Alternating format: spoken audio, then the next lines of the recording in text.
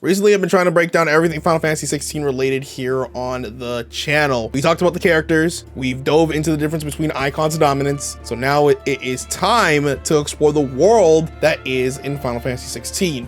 Just like the last two videos, this one is going to have a bit of spoilers when it comes to the world building in Valisthea. So you've been warned right here, right now. When looking up all the news for all the locations within Final Fantasy 16, there was a time where you can go onto the main Final Fantasy 16 website and just read the information right from there. Unfortunately, ever since the Revenge trailer came out, they've updated the website, only showing you the pre-order information, which was super unfortunate for people who actually didn't get to read it off the website. Luckily for us, we do in fact have the Wayback Machine, which allows us to view this information, which is pretty awesome. But if you're like me, you don't want to wait for all this stuff to load. So what I've done instead is I've gathered all the information and put it right into this video for you to watch. So if you could just leave a like on the video, as it did take a little bit of time, it would really help this video in the YouTube algorithm a lot. Trust me, you guys don't know.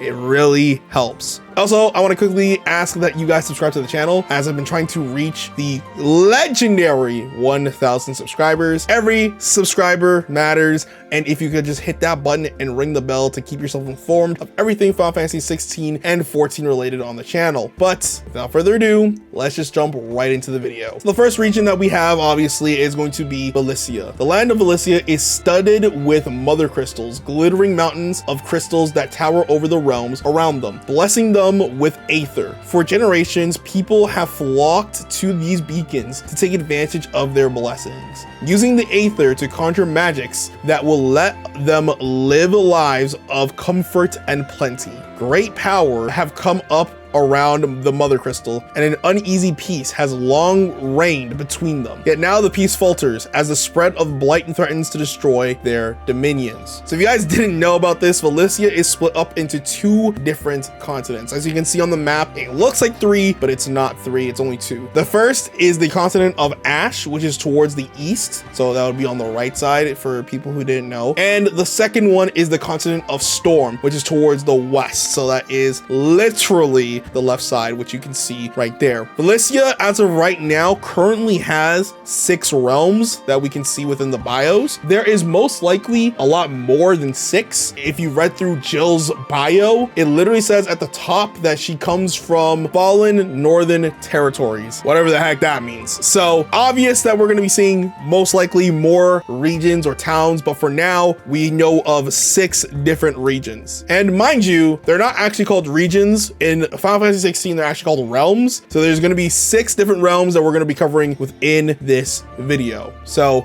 now that we've gotten that cleared and sorted out the way, let's just jump right into the next one. So following Valisthea, we have the Grand Duchy of Rosaria. So the official statement states, long ago, a group of small independent provinces in Western Valisthea found strength in unity and formed a Grand Duchy of Rosaria. After years of relative prosperity, the duchy now finds itself threatened by the spread of the blight. A threat left unchecked would doubtless usher the realm into ruin. Rosaria draws its aether from the Drake's Breath, a mother crystal situated in a volcanic island off the coast. The dominant of the Phoenix, icon of fire, is enthroned as the Archduke when they become of age. So this is Rosaria. Rosaria is going to be the main place where we're going to meet our main characters, Clive. We're also going to meet Joshua there, and as well Jill, where this is their home. This is where they live. So if you guys didn't know, if you look at the banner picture over here, there is the symbol of the Phoenix, and as well from the little description that we read from there, it appears that whoever becomes the dominant of the Phoenix will become the next Archduke of Rosaria, which is incredible. So that's all the information that we know on Rosaria. Now on to the next one. So the next one is the Crystalline Dominion. I'm sorry if I'm pronouncing this one wrong. The Crystalline Dominion sits at the heart of Valisthea, built around the tallest of the mother crystals, Drake's Tail. Many bloody battles were fought for control of the small plot of land due to its strategic strategic importance. So the warring realms finally agreed to an armistice. As part of the peace treaty, the islands around the Drake's Tail became an autonomous dominion led by a council of representatives from the surrounding nations, each realm enjoying equal claim to the Mother Crystal's blessing. No dominant makes their home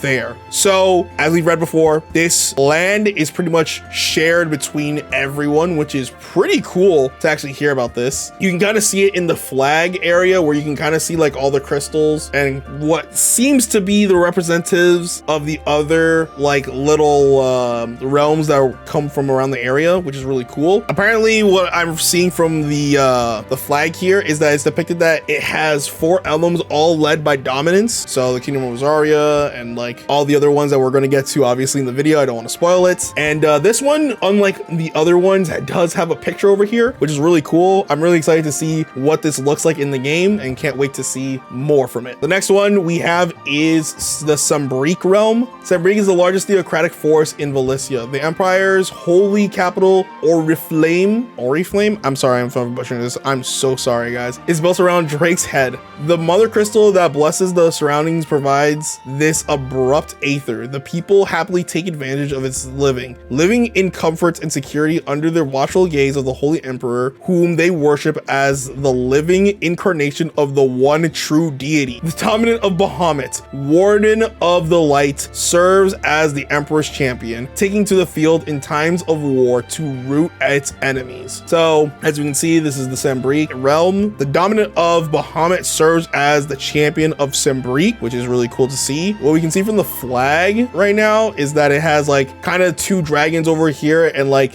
what seems to be the champion of Sembrique from long ago. What's really cool about this is that I believe Sembrique has a lot of dragoons in there. I'm not 100% sure, but if that is true, it would be really awesome to see, and I hope that we get to see a lot more of the dragoon-ish area within Sembrique and whatnot. The picture also looks really ominous and very cool. You can kind of see Crystalline a little bit in the background, which is awesome, and like where everybody lives at the bottom over there. So it is really awesome to see Sembrique and everything that's here. So I can't wait to see this in the game, honestly. Next one we have is the Namekian Republic. The Namekian Republic is made up of 5 states from which the member of its ruling parliament are drawn. Its mother crystal's Drake's fangs is half hidden in the heart of a mountain range. The Republic's control over it and its aether securing the obedience of the larger part of southern Valisthea. The dominant of Titan, Icon of Earth, is installed as a special advisor to parliament and has a significant say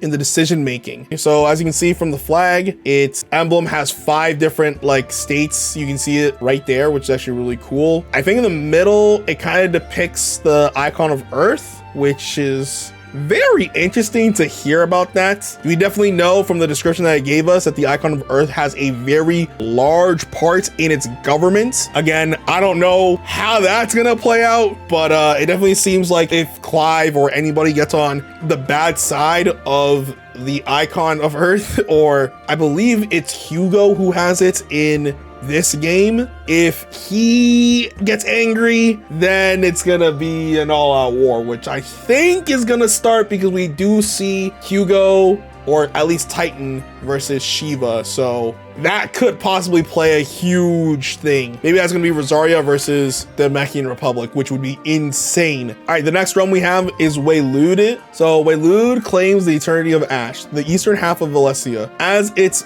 dominion, the kingdom's control to the continent has oft been tested by the orcs and other beastmen who make their home there. The current ruler of the realm, dominant of Odin, Warden of Darkness, has succeeded in quelling their rebellions. Using the power of the kingdom's mother crystal, Drakespine, the new king has built up a mighty army with which he now seeks to test the borders of his neighbors. Okay, so let's just first things first talk about the banner. As you can see, you can definitely tell that Odin is influenced in this banner off the rip. You can see like the little horse there and kind of Odin's sword and shield as he's going to be riding there, because in this game Odin will have a sword and shield, which looks really cool. I like the banner. banner. You can already tell from the like little bit from the description that we're gonna see Weilud clash with some other kingdoms. I believe it fights Bahamut, and long story short, their emblem is the six-legged horse and shield, which apparently the dominant of Odin does lead the kingdom. So this is very interesting. We're seeing a lot from what these locations have to say, and long story short, dominants have a major role when it comes to like the way the kingdoms are run within these regions, which is surprising because we have read that in certain realms that dominants are not welcomed and looked down upon, which brings us to our last realm, which is the Iron Kingdom. So a small group of islands off the coast of the storm, the western half of Valisthea's twin realms. Here, the crystalline orthodox, an extreme faith that worships crystals, reigns supreme. The Iron Kingdom controls Drake's Breath, the mother crystal that sits at the heart of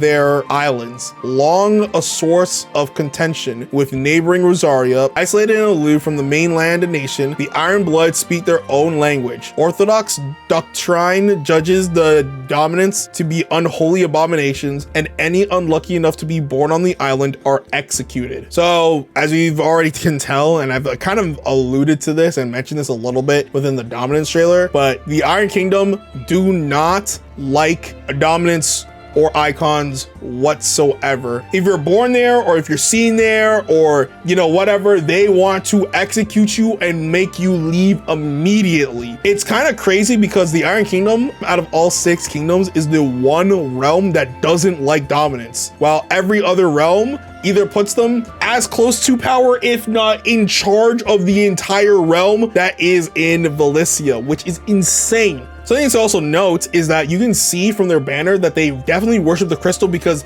the crystal is literally right in the middle, and as well they have 2 twin axes standing next to each other to signify that they do not want dominance here. So they're not afraid to fight, but they're also very devoted towards their religion, which is insane. What's also really cool and interesting to see, and I hope that we get to see this in the gameplay, is that their country is probably one of the few countries that have their own language. None of the other bios have shown us or talked about anything that states that they have different languages there. So that's going to be really interesting, and I hope Yoshi P is able to bring something very interesting towards that within Final Fantasy 16. So I'm really excited to see the Iron Kingdom in some shape or form. And with that, we have covered literally all the topics and places that we are going to be seeing and visiting in Final Fantasy 16. What do you guys think of Valisthea? Are you guys really excited to see it? Are you guys not excited to see it? Let me know in the comment section down below. If there's something that you guys want me to cover, and please make sure to,